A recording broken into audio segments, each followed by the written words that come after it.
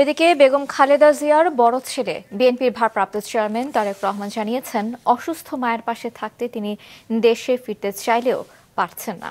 আর প্রধান উপদেষ্টা প্রেস সচিব জানিয়েছেন, তারেক রহমানের দেশে ফেরার বিষয়ে সরকারের দিক থেকে কোনো বিধিনিষেধ নেই।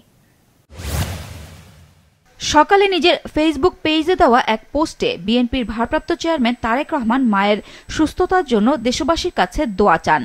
জানান, মায়ের পাশে থাকতে চান, তিনি দেশে ফিরতে চান, কিন্তু এখনই সিদ্ধান্ত নিতে পারছেন না, কারণ এটি তার একক নিয়ন্ত্রণে নেই। বিষয়টি এমন স্পর্শকাতর যে এ সম্পর্কে বিস্তারিত বলা সম্ভব হচ্ছে না।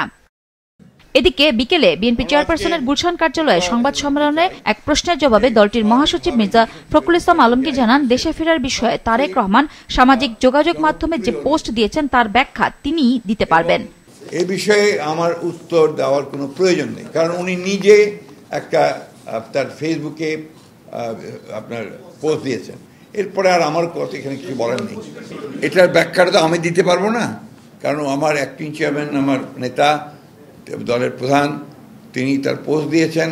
এটা ব্যাখ্যাটা আমি ঠিক দিতে পারবো না এই মুহূর্তে আপনাদের সামনে। আমি কোনো বাধা দেখি বা দেখি না দেখি, এটা ইম্যাটেরিয়াল নাও। আমি আপনাদেরকে প্রথমে বলেছি যে উনি যে পোস্টটা দিয়েছেন এটাকে আপনারা ধরে নেন যে দিস ইজ দ্য পোস্ট, তার ভাষ্য। এটা আর তো কোনো ব্যাখ্যার প্রয়োজন নেই, সেলফ এক্সপ্লানেটরি এটা।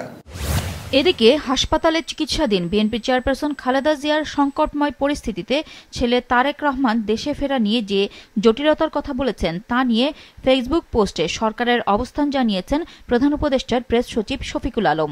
জানিয়েছেন, এ ব্যাপারে সরকারের তরফ থেকে কোনো বিধিনিষেধ অথবা কোনো ধরনের আপত্তি নেই। তিনি আরও জানান, খালেদা জিয়ার শারীরিক অবস্থা নিয়ে প্রধান উপদেষ্টা প্রফেসর মোহাম্মদ ইউনুস ইতিমধ্যেই গভীর উদ্বেগ প্রকাশ করেছেন এবং তার জন্য দেশবাসীর কাছে দোয়া চেয়েছেন।